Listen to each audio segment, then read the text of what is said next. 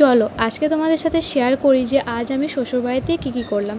তো দেখো, প্রথমেই সকালবেলায় ঘুম থেকে উঠেই কিন্তু আমি স্নানটা সেরে নিয়েছিলাম। আর আজকে সকাল থেকে এত পরিমাণে রোদ দিয়েছিল আর প্রচণ্ড গরম ছিল।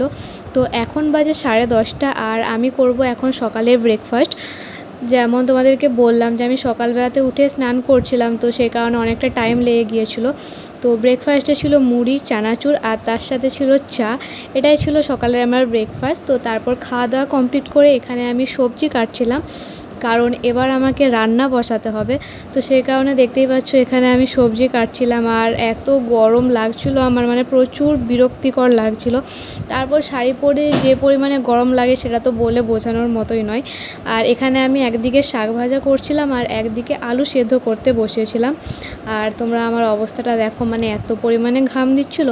তো তারপর এখানে আমি এক সাইডে ভাত বসিয়েছিলাম আর এইদিকে আমি সোয়াবিনের তরকারি করছিলাম, তো যেটা হয়ে গিয়েছিল। তো তারপর সেগুলো করার পর শেষে করছিলাম মাংস।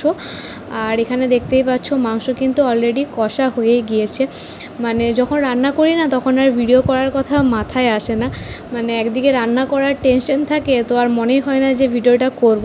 তো সেই কারণে মাংস করার প্রথম থেকে আর ভিডিওটা করা হয়নি, তারপর শেষে গিয়ে ভিডিওটা করছিলাম। আর এখানে দেখো অলমোস্ট কিন্তু আমার রান্না প্রায় কমপ্লিট হয়ে এসেছে। আর এখানে তো গরমে আমি একেবারে নাজেহাল হয়ে যাচ্ছিলাম, সেটা তোমরা দেখতেই পাচ্ছ। তো তারপর এখানে আমি একটু টেস্ট করছিলাম যে মাংসটা কেমন হয়েছে। তারপর খেয়ে দেখলাম যে না, আমার হাতের রান্না কিন্তু বেশ ভালোই হচ্ছে আস্তে আস্তে, মানে আস্তে আস্তে আমি ভালোই রান্না করা শিখে যাচ্ছি। আর এই হচ্ছে মাংস।